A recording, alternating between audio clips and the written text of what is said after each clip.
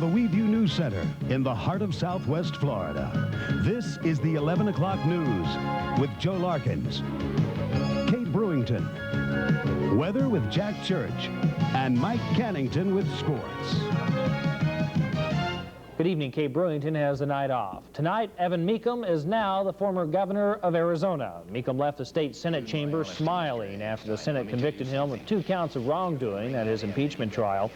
With today's action, Mecham becomes the first governor in 59 years to be impeached and removed from office. The Senate convicted him of attempting to thwart a death threat investigation and of misusing funds. Mecham says he'll decide what to do next tomorrow. Well, tonight, members of a U.S. combat division are on their way to Panama. The deployment comes one day after Panamanian security officers chased U.S. Ambassador Arthur Davis's car for 2 miles in an incident the State Department is calling serious. The Pentagon says the soldiers are being sent to beef up security for Americans and U.S. facilities in Panama. One local politician who just returned from Panama feels sending more troops to Panama is not the answer. Tonight, Congressman Connie Mack was in town and told WEVU's Angela Brown he thinks the United States already has enough troops present in Panama. I don't think we need to be sending troops to Panama. We already have 10 to 12,000 U.S. personnel in Panama now, so I don't think that is the. I don't think that's the next step. I think we keep the pressure, through economic means. Mack went on to say, while visiting Panama and talking with the people there, they all conveyed the same message: Noriega has got to go. Meanwhile, military leader Manuel Noriega has replied to a letter from Jesse Jackson in which the Democratic presidential candidate urged Noriega to step down. That story heads our look around the world and around the nation. In his response to the letter, General Noriega said he had no plans to leave Panama, but would like to meet with Jackson whenever possible. While Jackson says he has no plans for such a meeting, the State Department seems less than pleased about Jackson's communication with Noriega. In Nicaragua, both sides are accusing the other of violating a ceasefire agreement that reportedly left 2 government soldiers dead. The reports come as talks appear stalled in efforts to work out a permanent end to Nicaragua's 6-year-old civil war. In the Middle East, Secretary of State George Shultz remains hopeful of making progress in Middle East peace negotiations. Talks between Shultz and Israeli leaders are focusing on a U.S. proposal for Palestinian self-rule rather than how to arrange an international conference. And in Memphis, Tennessee today, 20 years after Martin Luther King Jr.'s life was cut short by an assassin's bullet, followers marched to the Lorraine Motel where King was killed. They promised they would keep on fighting to reach his promised land by calling attention to the plight of the poor. Local blacks say King's dream of progress is still alive, and they're looking to the political front for inspiration. Fort Myers City Councilwoman Veronica Shoemaker thinks Jesse Jackson's push for the Democratic nomination may be just what local blacks need to spur progress here at home. Reverend Jesse Jackson, too, was one of the followers of Dr. King, and he was in Memphis the time that the doctor was assassinated. So with that in mind, if we can mobilize ourselves today and become registered and vote, I think Dr. King would smile on America if we let Jesse be that Democratic nominee. Only 4 blacks hold elected office in Lee County. Shoemaker's one of them. She says voter registration is the next necessary step toward leadership. Only 3% of blacks countywide are currently registered to vote. A predominantly black and Hispanic neighborhood in Lee County is getting a $400,000 boost from the County Commission. But as WEVU News Center's Angela Brown reports, some residents want to know what took the county so long to recognize the problems. When it rains in Harlem Heights, these dirt roads become almost intolerable. Even when it hasn't rained, the roads here are quite difficult to travel. If you're out there during the rainy season, there's about a foot of water on those 8 roads out there. You cannot get to their homes unless going through water. Basically, right now, those roads have not been unpaved. And if you drive a vehicle right down those roads, it really does damage to your vehicles. Paving 8 dirt roads in Harlem Heights is only one way Lee County plans to upgrade the mostly low-income neighborhood. The county will spend close to $400,000 to improve this South Fort Myers community. Along with paved roads, the county will place water lines to provide service for 64 families who now use questionable well water. The water is rusted out here. We got well, but it's no good. It's just rusted. The community is excited about the new roads and water lines, but many residents wonder why it took the county so long to start on these improvements. I think it should have been done a long time ago because it's, because it's better for the community to have paved roads and everything. And there's like insurance people or whatever, they don't want to come down the bumpy roads because of their cars and everything. Today, engineers came in to mark off where the water line and roads will go. If all goes well, by July, these residents will no longer have to worry about their drinking water or their cars floating down the road. In Fort Myers, Angela Brown, WEVU News Center, 26. Once this project is completed, the county says they'll continue to look for ways to upgrade Harlem Heights. The state's attorney's office says it still has a lot of work to do before it's finished its investigation into last Thursday's shooting. 21-year-old Cedric Malloy died early Friday morning after being shot by Lee County Sheriff's Deputy Ron Smith. Malloy was one of 5 men chased by both the Lee and Charlotte County Sheriff's Departments because of an alleged armed robbery. The state attorney's office still hasn't determined whether the shooting was justified. The results of an autopsy released Saturday show Malloy was killed by a single shotgun blast. Collier County Sheriff's deputies continue their search for the person who stabbed a 20-year-old woman this weekend. Bloodstains still are seen in the parking lot where the body of Sherry Furestaller was found. Detectives say she was a transient who had only been in town a few months. She was stabbed several times next to a strip shopping center on Davis Boulevard. Deputies say they have no suspects yet in that murder. Coming up, if you mailed a letter today, it cost you a bit more. And the tax deadline is less than 2 weeks away. If you still haven't filed, we'll have some helpful hints.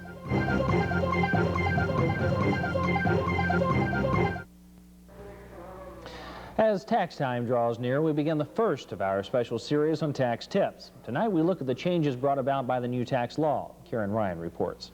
You try to relax, but you can feel its presence. It's there waiting for you. Yes, you've created an unreal entity of awesome power. All because you're putting off doing your taxes till the last minute. That's the view that many Americans have of the Internal Revenue Service and filing their taxes. They're scared stiff. This year, that view may become more of a reality for 105 million taxpayers. This is the first of 3 years of sweeping changes in our tax laws. And although the forms may not look that much different than last year, the IRS says looks can be deceiving. Looking at the returns themselves, they don't look a lot different. But when you start down line by line, you'll find that virtually everyone will be affected. There will be some change for everyone who is filing a return.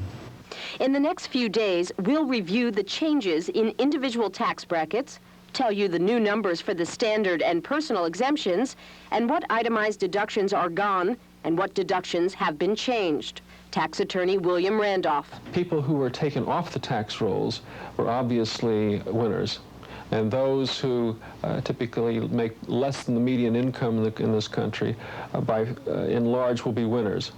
Those in the upper income brackets, particularly those who invested in tax shelters and have heavy investment and personal interest expenses, are likely to come out less well.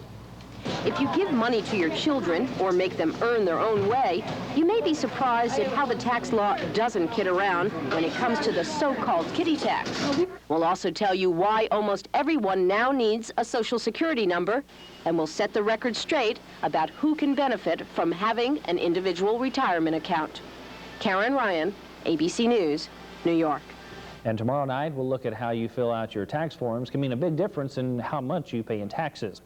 One day after the new postal rates went into effect, lines were long at local post offices.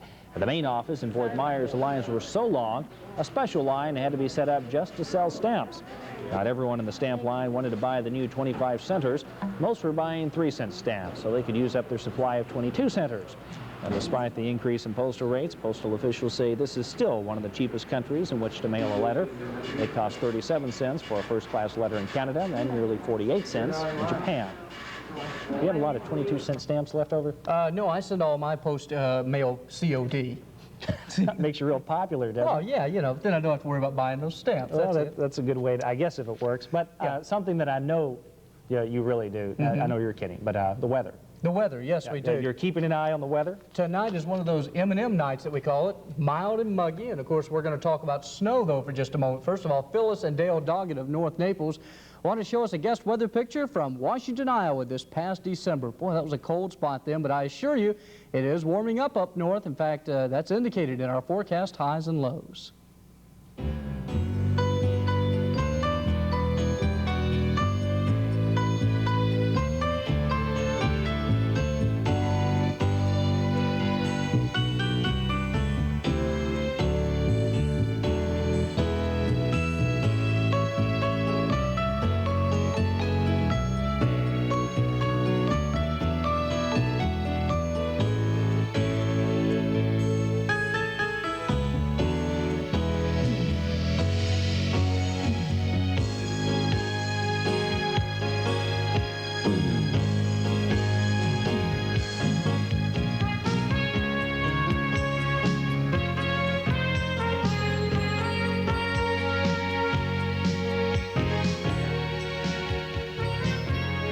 All righty, a very nice picture there. And when we come back, we're going to talk about some very warm temperatures here in Southwest Florida right after this break. Very warm and humid outside in Southwest Florida, and today was very nice as well. This is a scene from in and around Estero, where, as we mentioned, not a bad day till the afternoon cloud cover moved in. Now, right now, still somewhat cloudy in Fort Myers and Cape Coral, 72 degrees after a very warm high that went all the way up to 86. Humidity's high as well at 84%. We could see a little fog developing by morning. Rainfall, no, we've had none. I wish we had some, but just ignore those figures down there. Naples Golden Gate right now 73. Afternoon high was at 83 and the humidity 90% when calm. While in Port Charlotte and Punta Gorda it's 72. The high was all the way up to 83 degrees and the morning low was 69. I want to talk a bit about temperature extremes today around the entire United States. First of all, early this morning, the national low temperature, well, it was out in Colorado, in Gunnison, 16 degrees. Then you traveled a few hundred miles south to Laredo, Texas for the national hot spot at 95 degrees. And in Fort Smith, Arkansas and Meridian, Mississippi, both had record highs for this date, 90 and 88 respectively. Now, we were somewhere, well, in between those cold and hot temperatures. We were all pretty much in the 80s after starting in the 60s. Lehigh Acres was up to 87, St. James City at 87 as well. In Immokalee, 88 degrees, but Ralph Jones in Copeland, again, he outdoes everyone, all the way up to 90 down in southern Collier County. And it was 86 in LaBelle. A little cooler where Lorenzo Judge lives in Port Charlotte, where he was 82, and Debbie Friedland had 88 degrees on Sanibel Island. Now, if you're looking for any cool weather to come, I think it's still several days off. This is the forecast jet stream and the upper wind flow. Right on through Wednesday, we can still see a generally west to east flow, warm air flowing across southwest Florida. But up here, we do note the jet stream trying to make a little bit of a return to parts of the Southland. That leads us to believe that maybe late Thursday or Friday, we could turn 5 or 6 degrees cooler. No big change, but just maybe a drop in humidity and a little more comfortable onto the outside. Now, right now, we are watching two big areas of cloud cover out in the Gulf of Mexico flared up. This afternoon, got a few thunder showers out there, but for the most part, they're going to avoid us. We've still got some of the high cloud cover, but no rain is mentioned in the forecast for the next 24 hours. In the meantime, this big rainmaker that's been along the East Coast now moves out to sea, and then we've got another batch of cool air. It's headed across the midsection of the country. In the west, you can see there's been snow showers there, and that, with that jet stream dipping a little further to the south, could bring us some small changes in our weather on the outdoors by the end of the week. Now, tonight, the cold weather, again, it's out there, 20s and 30s. Here in the southeast, as I mentioned, very mild and kind of muggy, especially here in Florida. Overnight lows in the 60s, and tomorrow, we're back to a mixture of sunshine and clouds and maybe an afternoon sprinkle. We could sure use it. Temperature of about 86 degrees, and then Wednesday be one of our warmer days, up to 89, again partly cloudy, but again we may see some cooler air by the end of the week. Now, for our boaters, just light south winds at 6 to 12 knots with the waves offshore 1 to 3 feet, water temperature 72.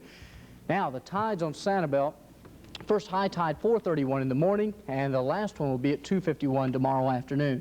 So tonight's forecast, we're calling for cloudy to partly cloudy skies. Some patchy fog is going to be possible by early morning with lows in the 60s.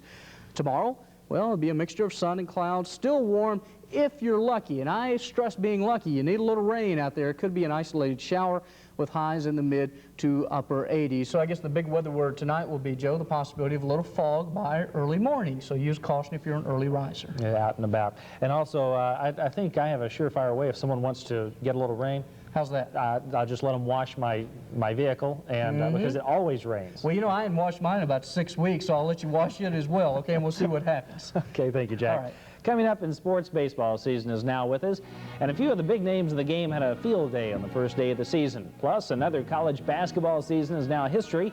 Mike Cannington has the results from tonight's big championship game.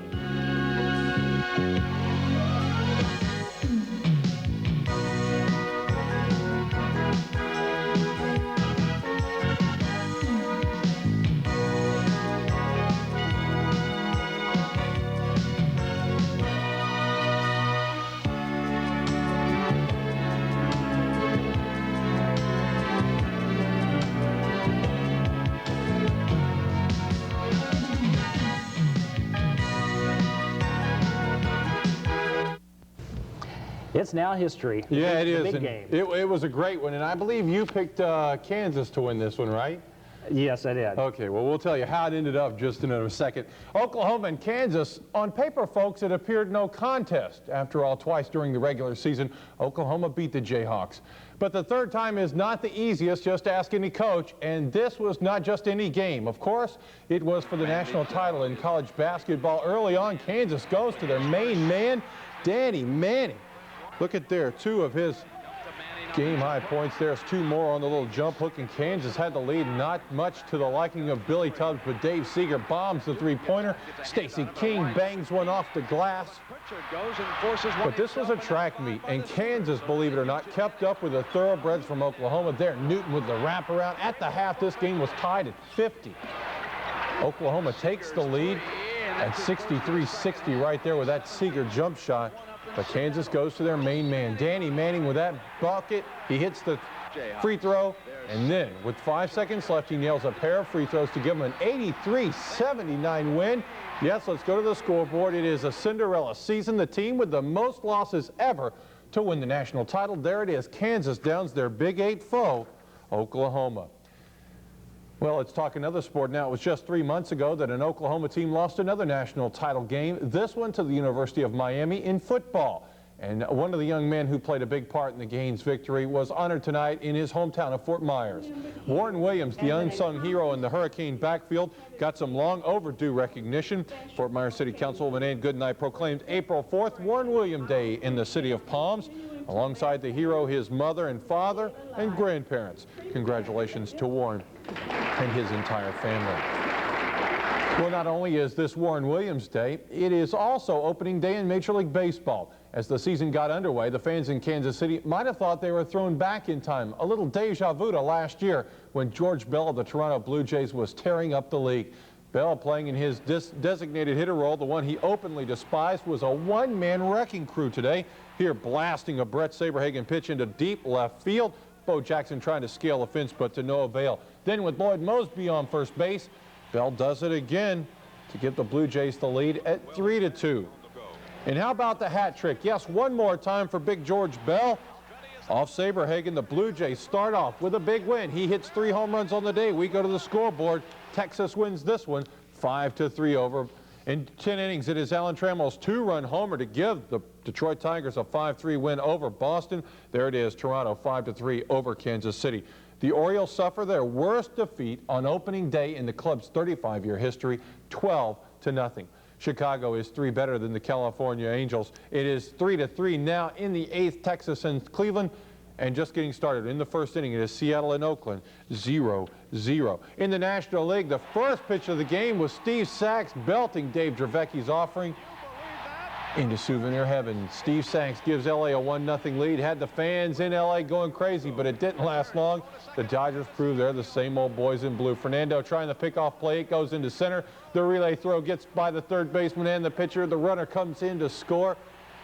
And San Francisco, last year's defending champs, had the Dodgers tied at 1-1, and then this triple down the line will score a pair. Go to the scoreboard and tell you San Francisco will win this one 5-1. 2 other games in the National League today. It is Cincinnati in 12. Cal Daniels knocks in the game winner with a 12th inning single. Cincinnati 5-4 over St. Louis. New York Mets use 2 homers from Kevin Reynolds, 2 from Darryl Strawberry. They get 6 in all on the day as the Mets outslug Montreal 10-6. And there it is, San Francisco 5-1 over Los Angeles. Quickly now, we'll go to our fishing forecaster. There it is, the one you've all been waiting for. It looks like 9:30 in the morning and 4:30 in the afternoon. Some really good times to go fishing tomorrow, early in the a.m., a couple hours from now, then 9:30 in the morning and 4:30 in the afternoon. So it looks like good times to get out and do a little fishing. And I must say, I have to eat crow, as usual. The teams I pick always lose. So if you want to root for somebody, folks, always get me to root for the other team. That's the way it'll win. I, of course, had picked Oklahoma. You know, I just wonder if the Kansas guys are doing their little dance that, you know, maybe they stole Oklahoma's the little dance. Gumby dance like they were doing on the sideline. Yeah, they were doing it. I was watching the game. So it was a great game, though. It really was an unbelievable affair. But unfortunately, someone had to lose. That's right. Thank you, Mike. Well, still ahead, not all students, there we are lounging on the beach this spring break. Some are staying in school. We'll tell you about them when we return. It's spring break, but some dedicated students spent their vacation taking classes, babysitting classes of all things. Lee Memorial Hospital is sponsoring safe sitter classes for 11 through 13-year-olds. Over the next 2 days, students will learn everything from how to correctly change diapers to procedures for calling in emergencies. The 12-hour course is being taught by hospital volunteers.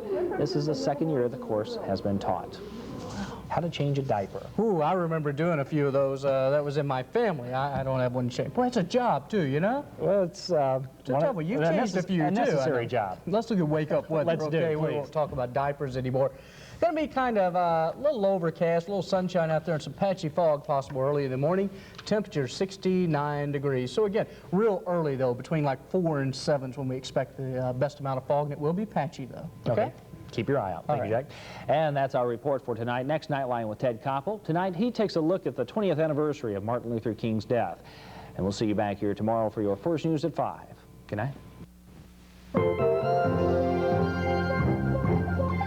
This has been the 11 o'clock news, live from the WEVU News Center on TV 26 Cable 7, serving Fort Myers, Naples, Bonita Springs, Marco Island, Immokalee, and all of Southwest Florida from our new facility in Bonita Bay.